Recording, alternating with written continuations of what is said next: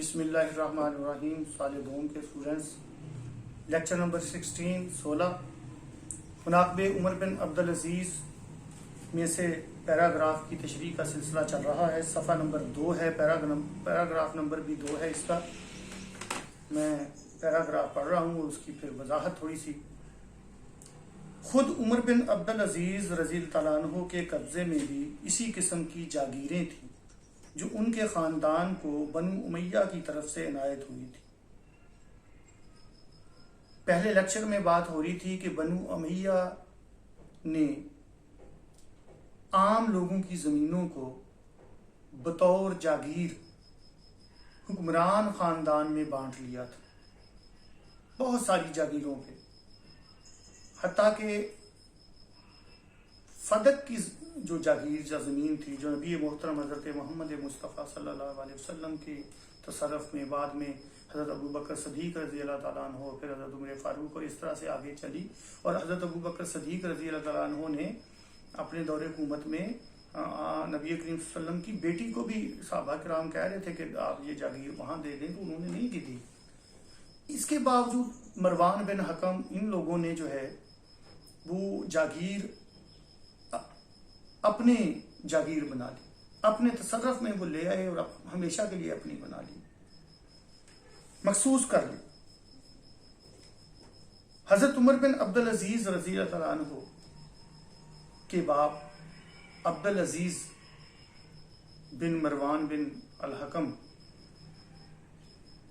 کی وراثت سے آپ کو 40,000 دینار کی جاگیر ملی.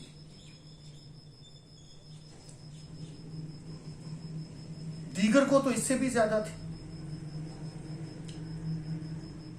آپ نے اس جاگیر کے بارے میں جو وراثتی طور پہ آپ کو منتقل ہوئی تھی باپ کی طرف سے،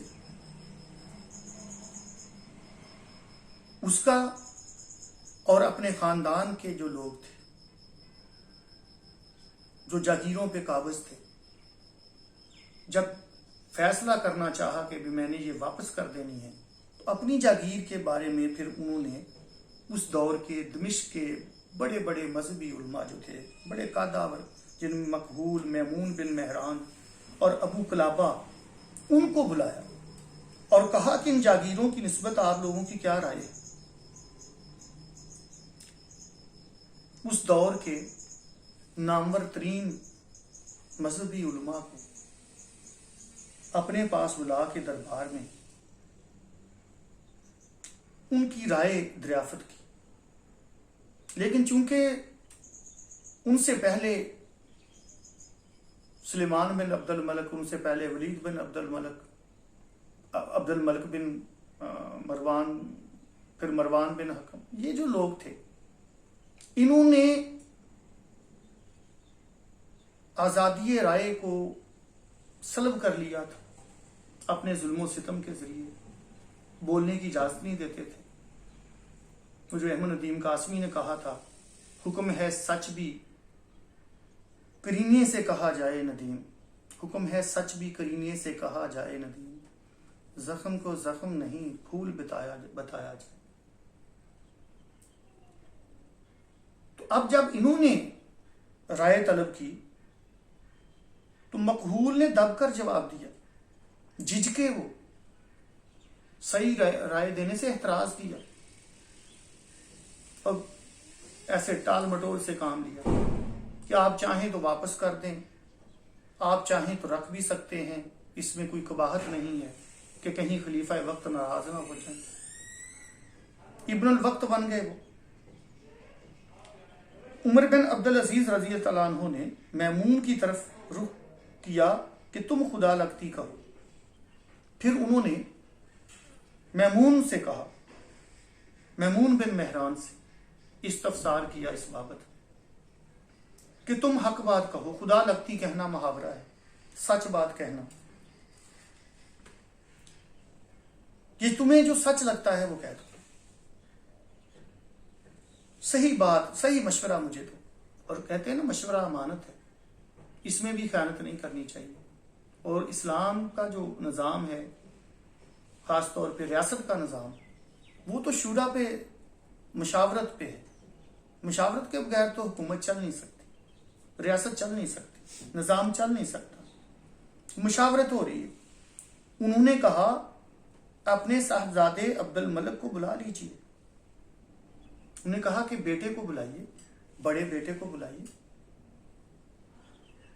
میمون جانتے تھے کہ ان کے بیٹے کا کردار کیا ہے.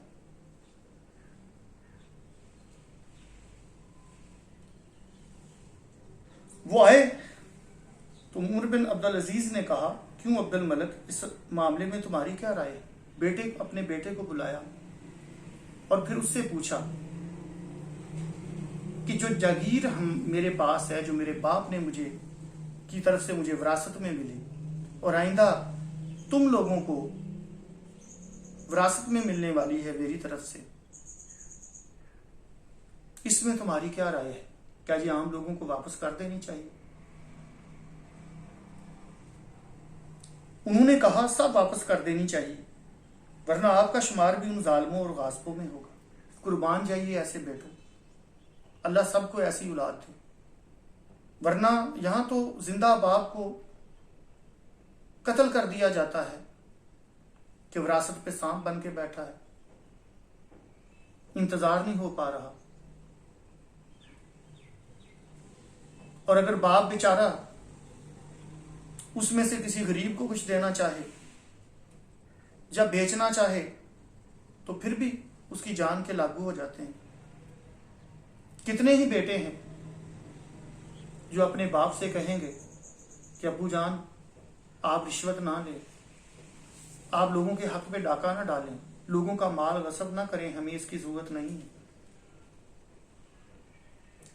تو بیٹے نے باپ کو صحیح مشورہ دیا کہ آپ واپس کر دیں، ورنہ خاندان بنو امیہ کے جو پہلے حکمران گزرے ہیں، جن کو لوگ ظالم اور غاصب کے القابات دے رہے ہیں، انہی میں آپ بھی شمار ہو جائیں گے اور آپ کا انجام بھی بخیر نہیں ہوگا. اور ہمیں جو جاگیر آپ وراثت میں ہمارے لیے چھوڑ کے جائیں گے، وہ ہمارے لیے بھی جائز نہیں ہوگی. ہماری بھی عاقبت خراب ہو جائے گی، آپ کی عاقبت بھی خراب ہو جائے گی. اس لیے آپ اس جاگیر کو عام لوگوں کو منتقل کر دیں. آج کا مختصر سا لیکچر تھا، ایک پیراگراف تھا. Thank you very much.